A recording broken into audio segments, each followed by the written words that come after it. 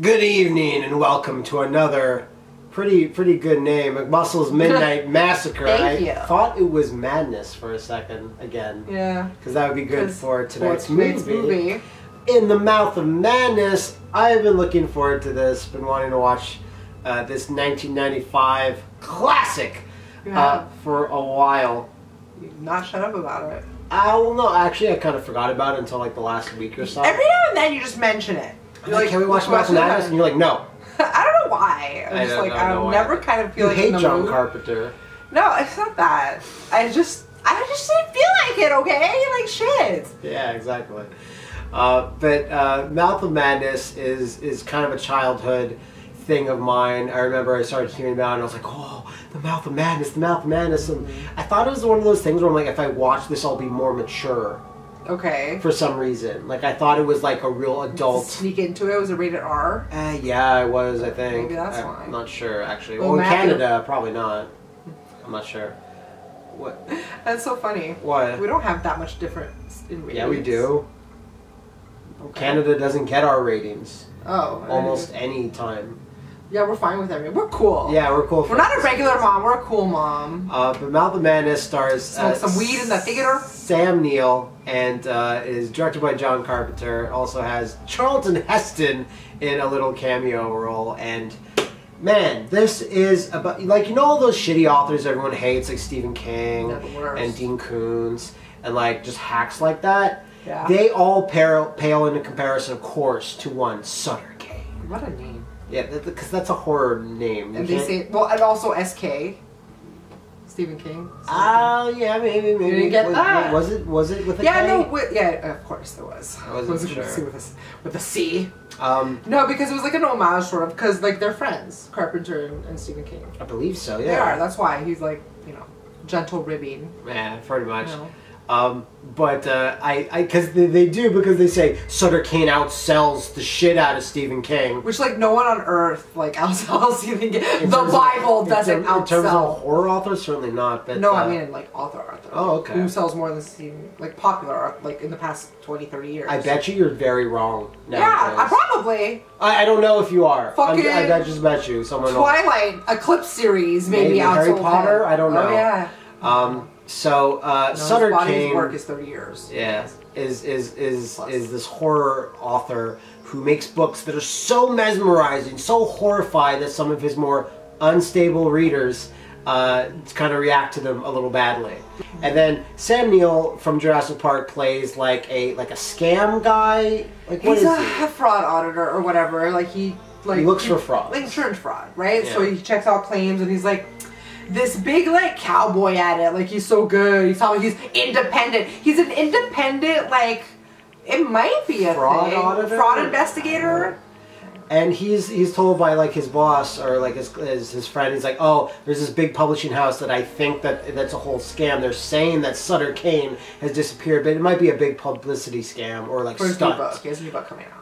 So can you go check it out? And he's like, okay. And he's kind of like, oh, all this horror crap is stupid. Like, it's just slimy things. And and I love that his agent's like, maybe you're not sophisticated enough for Sutter Kane's the subtle work. nuances. And he's like, okay, sure. Well, I'll investigate this, and we'll see if we can find your author. But I mean, he's just trying to see if they're lying or whatever. He reads some of Sutter Kane's work, and he's like, on the phone with his friend, he's like, yeah, I've been reading some Sutter Kane, you know, it's actually written pretty well. I don't know what it is, I just can't put it down.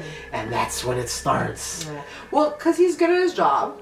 Yes. So he goes into it, he reads them. Then he has this revelation where he, like, does some bricolage with the covers and he cuts them up and he does a little beautiful mind thing. Some arts and crafts. Only him, right? And he's like, oh, he puts it on a map. He's like, there really is a place called, like, Hobb's Bottom, which...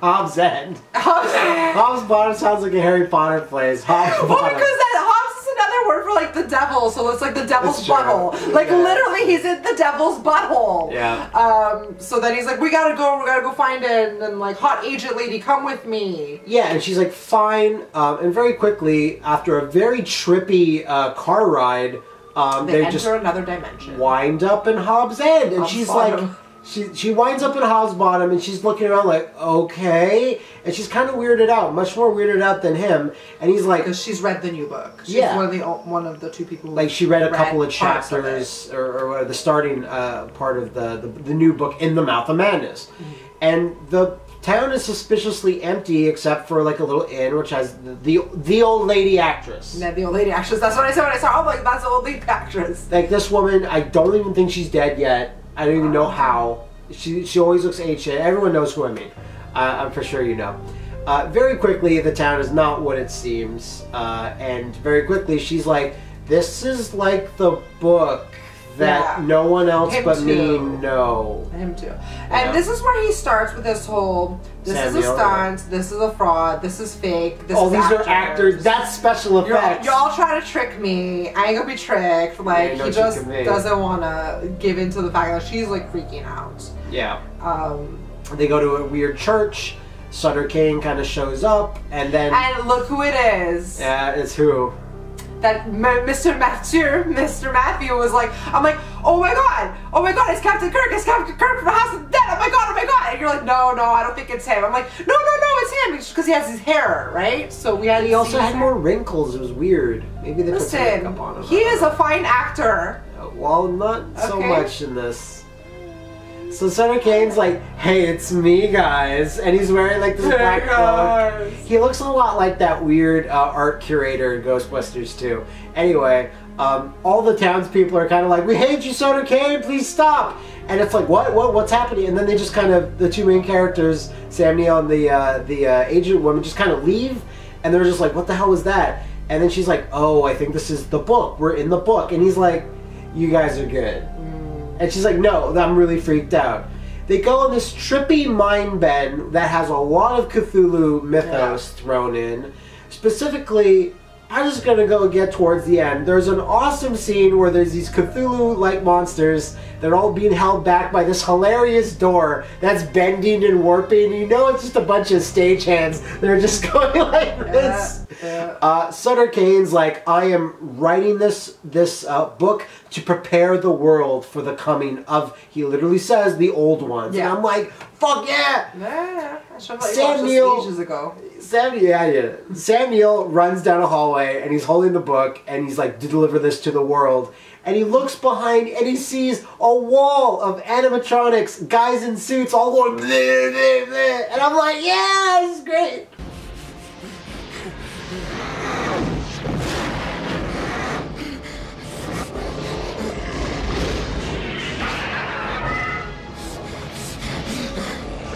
Yeah, because while he was supposed to be touted as like a Stephen King type author, he was more Lovecraftian. And they basically paraphrased a bunch of the stuff. Like, he says a lot of like variations passages known Lovecraft passages. But I forgot to mention, this movie is bookended by Sam Neill being in a mental institution, and he's retelling this story to the Doctor from Ninja Turtles 2.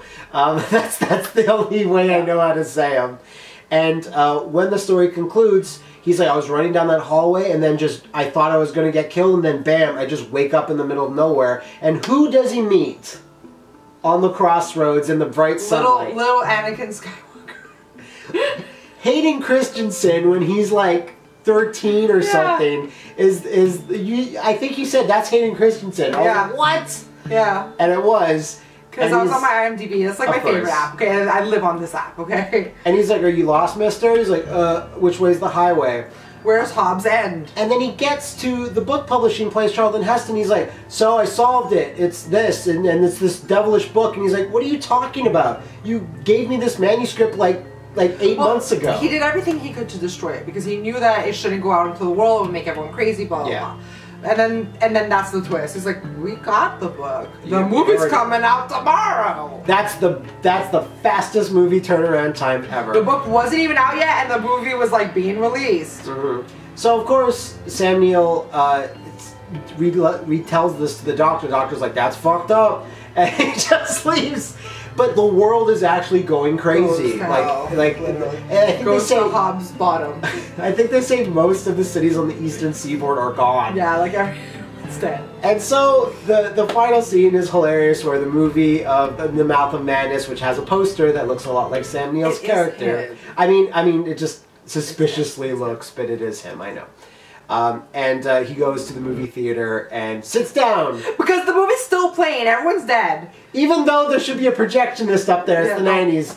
Of course, Sam Neill comes down the aisle to go sit down in this empty theater with one in his hands. His popcorn. He's ready for some popcorn. He's got this big tub of it, and he's wearing like the rags from the asylum. Yeah, like the scrubs, and he just like sits down and... It's like... They just show clips from the movie. It's the meta. Yeah. It's the first meta. I don't know, probably not. I like how when he's watching it, he's slowly like, and then he just starts laughing. Howling. He thinks he is hilarious. Kind of like me. I think I'm hilarious. Well, maybe at first. But I think he's like crying, then he's scared, then he goes... Then he starts freaking out. Gamut of emotions. And I think that was it. And I really like that ending. He's just like kind of laughing at the hilarity of it. We just watched this. Was that really I'm pretty sure. What other scene was there? I think that was it. It just stopped with him laughing and said, "In the Mouth of Madness." And I think like laughing a bunch and then like kind of crying / being like scared is like a fucked up like amalgamation of like emotions. So I guess it was very boring. I got my jammy top on. That's why I'm tired. That's fine.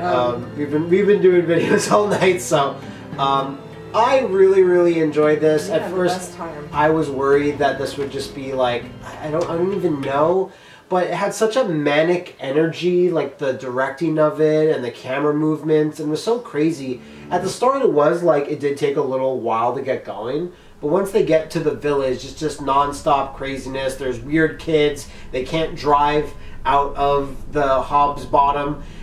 There's a mob everywhere. There's weird demons. There's a weird, creepy old couple. And there's just so much going on. But it has this, like... You do feel like it's a trip into, like, this mad world that makes no sense. Because it sure doesn't. And it's kind of schlocky, and I kind of like that about it. It's very 90s that way, the way people talk and the way it's shot, so I had a good time with this. I liked her outfit. She had that like long sweater over another sweater. And she had like a big white gown on later when she was being all weird. Well, I liked the actress, and I liked some of the practical effects. I did get up and close into that makeup, and I was like pretty good. Like especially like for the time or whatever, and that weird like contortionist scene with her was really fun. Oh yeah, I forgot about that. Yeah, it was a good time. That was a good one.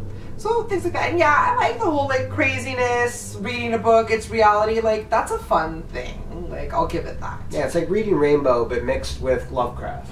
There you go. Yeah, so it's in a book. I think this is something you can do again. Like another type of story like this, or maybe we haven't read, we haven't like watched one like this.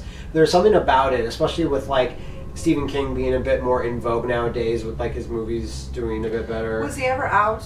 I just mean it's like they made crappy Stephen King movies for a long time. Then they made it, and now it's like holy shit, we got to get more Pet Cemeteries. Let's go! I'm so excited. After the wet fart that was the Dark Tower, I guess they're like, yeah, I know, so sad. I know. I tried to. We waited so long.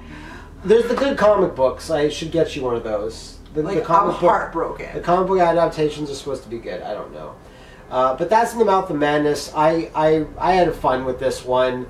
I don't think it's on Netflix. I think we got it digitally on like a VOD. I'm not sure if it's worth like spending money for it. Like it's kind of. If you're a fan, you already have it somewhere. Yeah. You know what I mean? I think your mileage may vary on it, but Sam Neill just gives it socks. He chews up the scenery. He's really fun to watch because, again, he has this sort of charisma, and he's just telling everyone they're full of shit. It was his era. It was his era, and he's still in movies. He was in the Hunt for the Wilder People, the New Zealand one with the little kid. The little kid that's the problem. Okay, yes. He's like the little gangster kid. He was in Deadpool too. And he was great in that, so big fan of Sam Neill. But yeah, Mouth of Madness, I recommend it for a fun, kind of Lovecraft light sort of tale. So as a Lovecraft fan, you were okay with it? Because some people might have been like, how dare you?